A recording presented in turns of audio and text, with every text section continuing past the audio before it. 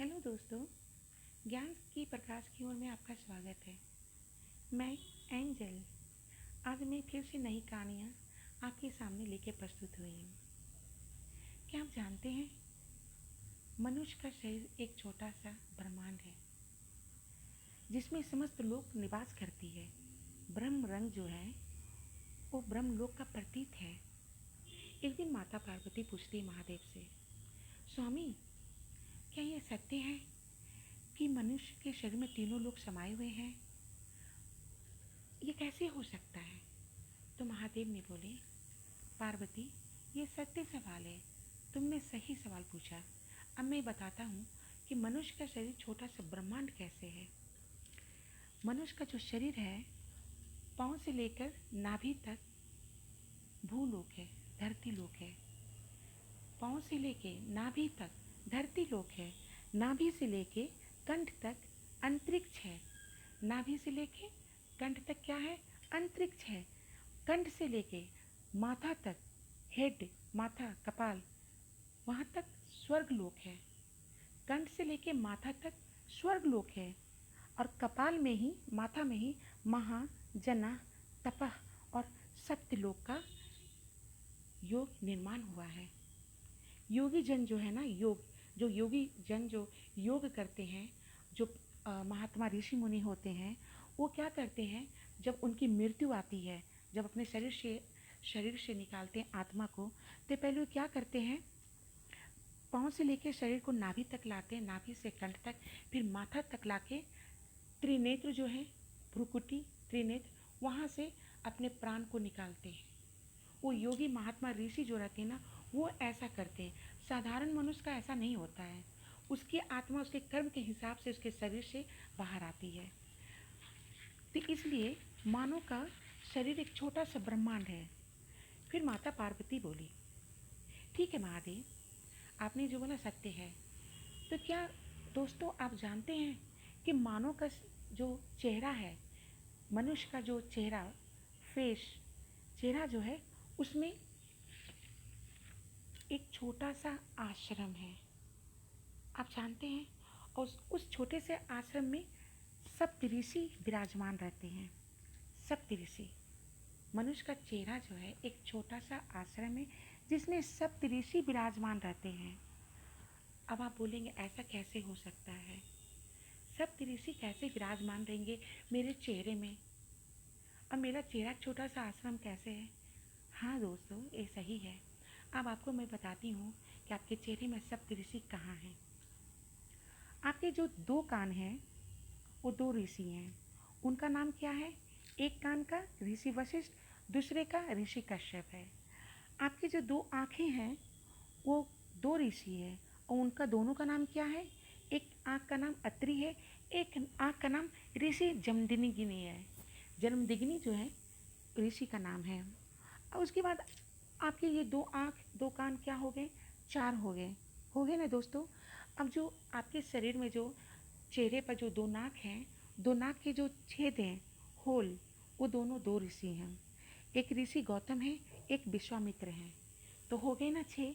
अब आपके मुंह जो है, माउथ, आपका मुंह, मुख है, वो एक ऋषि है। उस ऋषि का नाम क्या है? भारद्वाज।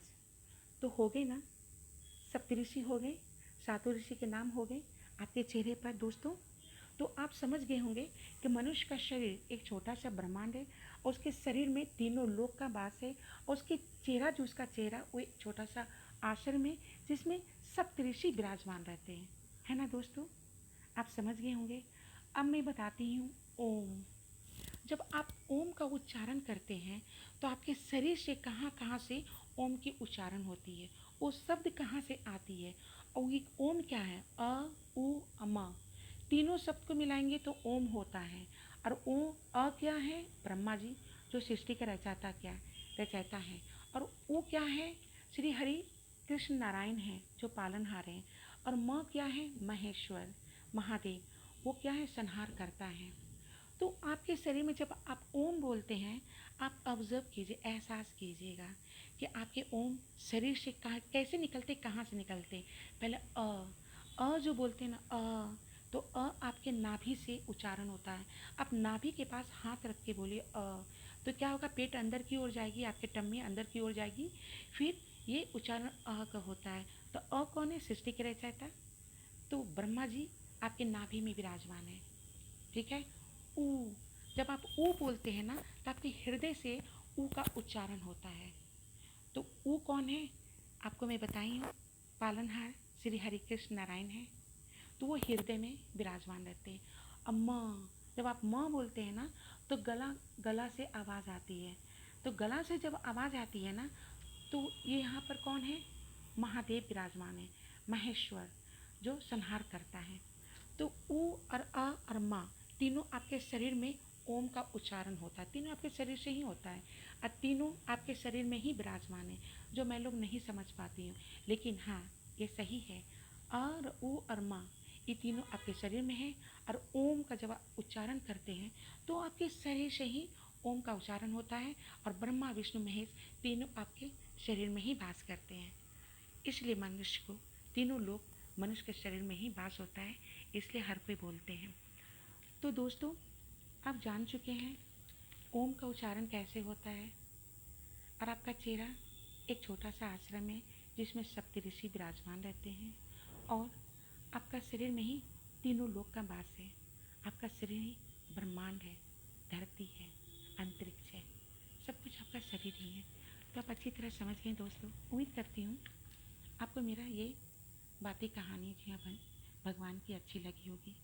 अब जाते जाते दो भजन मेरे गुरुदेव के चरणों में।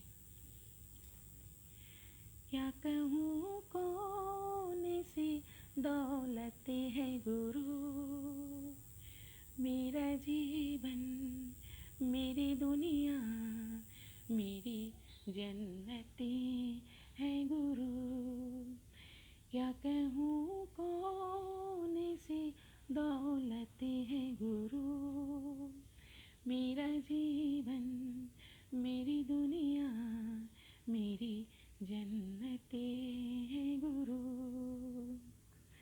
बनाया इसी ने जीवन सारा, अंगे अंगे में इसका ही साया, साया ही नहीं काया है मेरी, साया ही नहीं काया है मेरी। उपकार है इनके सांसों का, मेरी पूजा, मेरी बरकत है गुरु। मेरा जीवन, मेरी दुनिया, मेरी जन्नते है गुरु। क्या कहूँ कौन सी दौलत है गुरु, मेरा जीवन, मेरी दुनिया, मेरी जन्नते है गुरु। जय गुरुदेव, जय महादेव, हर हर महादेव।